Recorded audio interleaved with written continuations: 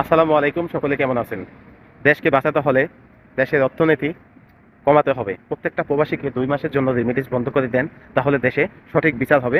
আর doctor Yunus, বর্তমান যে সরকার আছে, শেখ হাসিনা যেভাবে টাকা আত্মসাৎ করে বাইরে পাচার করে চলে গেছে, সেম এখন বর্তমান যে সরকার আছে উনিও টাকা পাচার করে যেগুলো আত্মসাৎ করেছে সেগুলো লয়ে চলে চলে যাবে। আপনি যদি 2 মাসের টাকা বন্ধ করে দেন, 2 মাসের রেমিটেন্স বন্ধ করে দেন আমার মতো, তাহলে বাংলাদেশে যেই টাকাগুলো এখন বর্তমানে আছে সেগুলো বাংলাদেশের জন্য দশে পরিণত হয়ে যাবে, সঠিক কার্যক্রম শুরু করে দিবে। তো সঠিক মানুষকে আমরা কিন্তু মেরে ফেলতে আসি।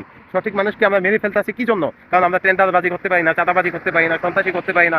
এই জন্য সত্য প্রচারকারী যারা, তাদেরকে মেরে ফেলতেছে, খুন করে ফেলতেছে। আমরা এটার বিচার পেতে হলে আমাদের 2 মাসের রেমিটেন্স বন্ধ করে দিতে হবে প্রত্যেকটা প্রবাসীকে। তো আমি বর্তমানে এই যে আঙ্গুলি মসজিদের সামনে আছি, যেখানে হাতিকে জানাজার হওয়ার কথা ছিল, সেই মসজিদের সামনে আছি।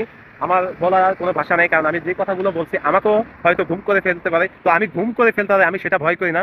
আমাদের হাদি শরীফ ভাই আমাদেরকে যেটা শিখিয়ে দিয়ে গেছে, অবশ্যই আমরা সেটা পালন করতে চেষ্টা করব এবং চেষ্টা করব ইনশাআল্লাহ। তো ভাই, আপনারা সঠিক মানুষকে ভোট দিয়ে জয়যুক্ত করেন।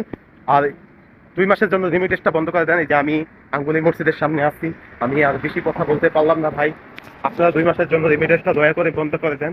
বাংলাদেশকে যদি সঠিকভাবে উন্নয়ন করতে চান, তাহলে রেমিটেন্স বন্ধ করে দেন, শটডাউন দিয়ে দেন টোটালি। কারণ আমাদের ভাইকে, আমাদের বোনদেরকে যেভাবে জুলাই আগস্ট থেকে শুরু করে গুম, হত্যা, খুন করে মেরে ফেলছে, আমরা তাদের হত্যা আর আমরা দেখতে চাই না ভাই।